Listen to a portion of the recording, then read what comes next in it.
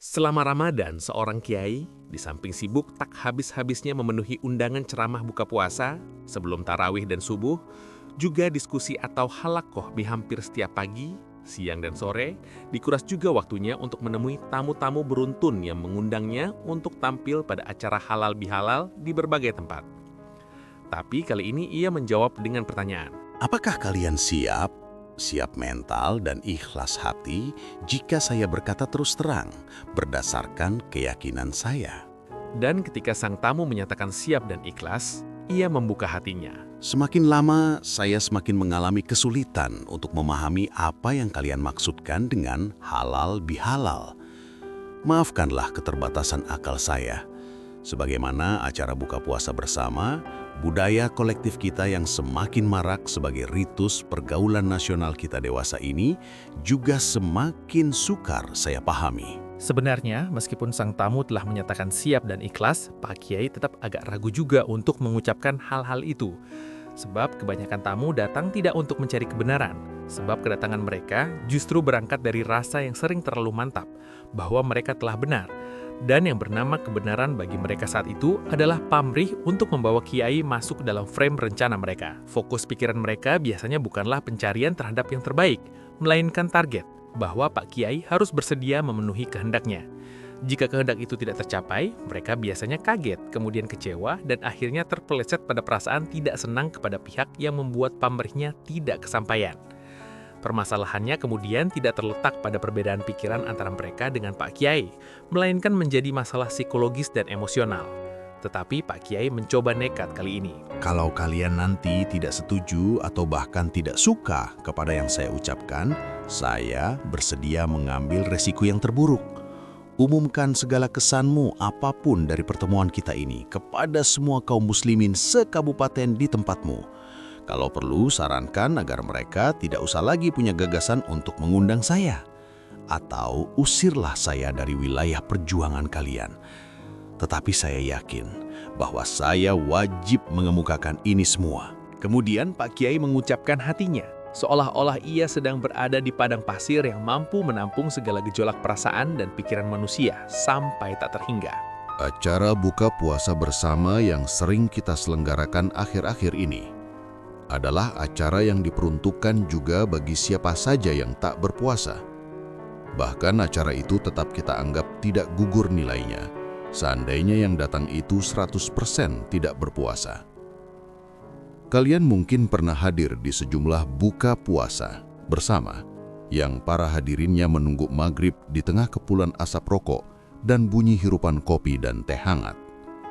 Kemudian ketika maghrib tiba, orang beramai-ramai menyerbu makanan, lantas melanjutkan acara-acara sampai maghrib lewat tanpa sholat jamaah.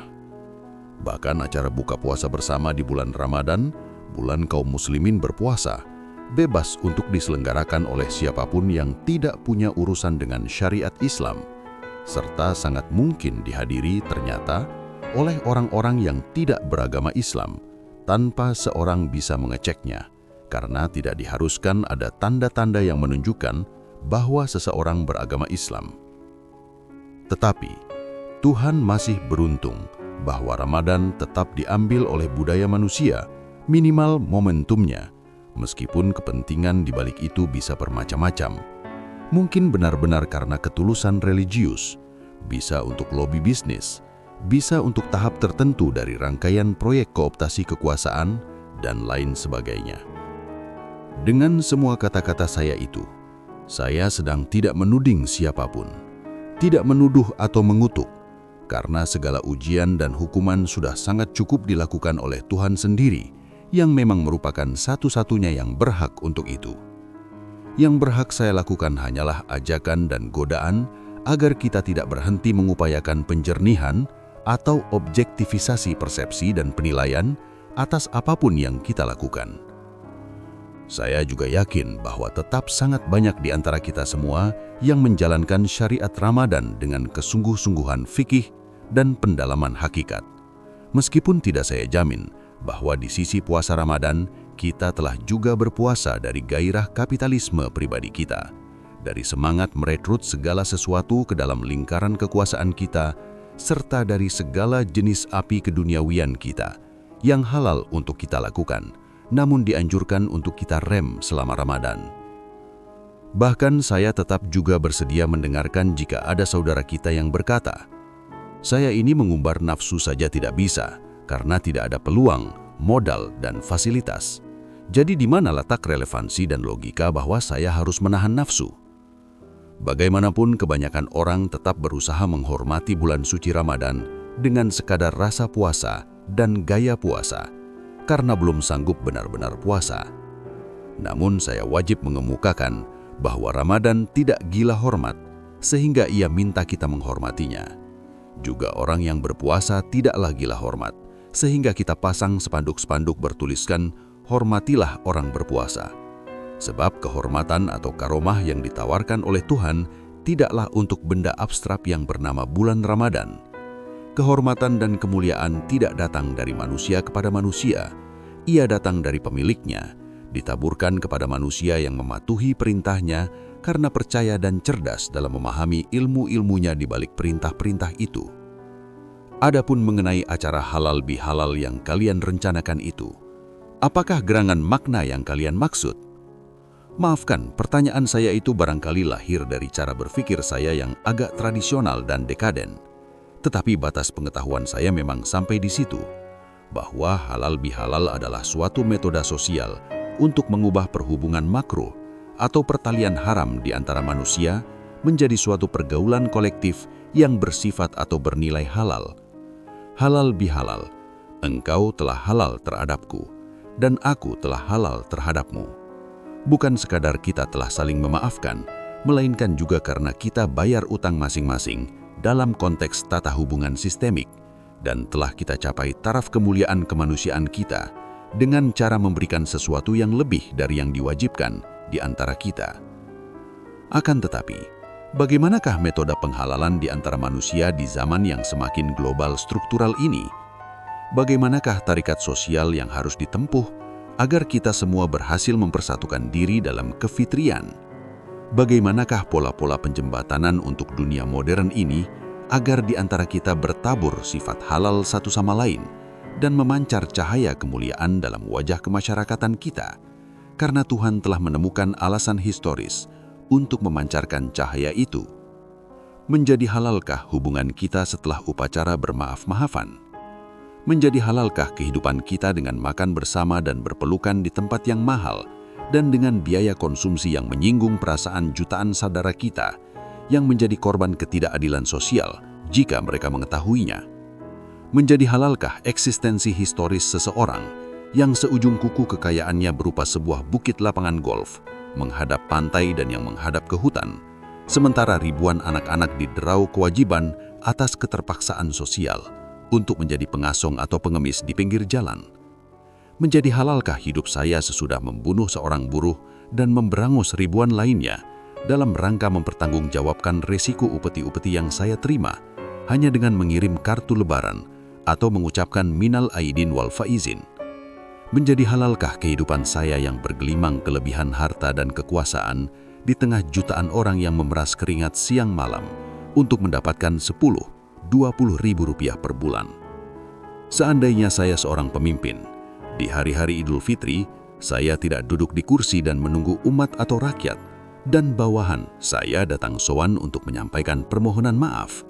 Karena berdasarkan logika yang paling elementer pun, seharusnya saya yang beranjak, berdiri, berjalan menghampiri mereka untuk merintih-rintih minta maaf. Sebab dalam kedudukan sebagai pemimpin, peluang untuk bersalah berjuta-juta kali lipat dibanding orang-orang yang saya pimpin.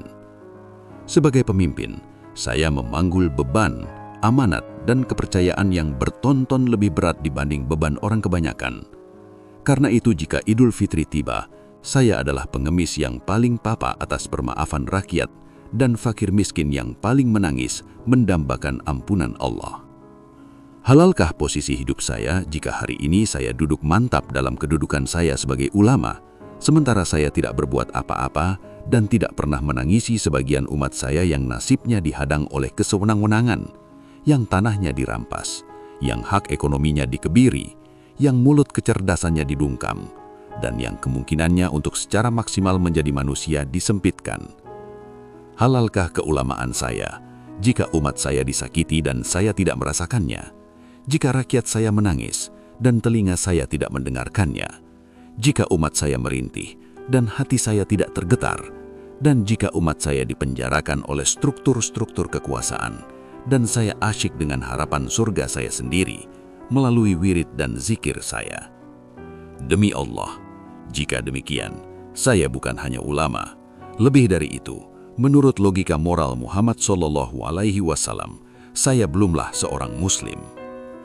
Tentu saja, Ramadan dan Idul Fitri adalah peluang metodik yang sebaik-baiknya yang ditawarkan oleh Allah Subhanahu wa Ta'ala bagi keperluan manusia untuk menjernihkan jiwanya dan membersihkan kehidupannya. Akan tetapi, jika manusia bersikap kooperatif kepada Tuhannya dan bersetia menggunakan akal dan daya kreatif yang dihadiahkan olehnya, maka tentunya ia akan selalu memperbaharui persepsi-persepsinya terhadap makna puasa dan penghayatan serta pendaya gunaannya atas nilai Idul Fitri. Sehingga kalau tingkat kualitas puasa manusia tetap formal elementer seperti selama ini, dan jika kemenangan Idul Fitri dilaksanakan hanya sebagai ritus rutin kultural yang tanpa diperkaya oleh logika-logika keagamaan, maka sampai batas tertentu, sesungguhnya kita semua ini masih berada pada era pra-Islam di samping belum modern. Karena halal bihalal mestinya bermakna halalnya hubungan sosial, hubungan ekonomi, politik dan hukum di antara manusia. Bukankah berbagai persoalan nasional, benturan hukum, kesenjangan ekonomi, dan sekam perbedaan politik masih belum memungkinkan kita menjadi suatu jamaah bangsa yang sungguh-sungguh bersatu dan bersifat halal?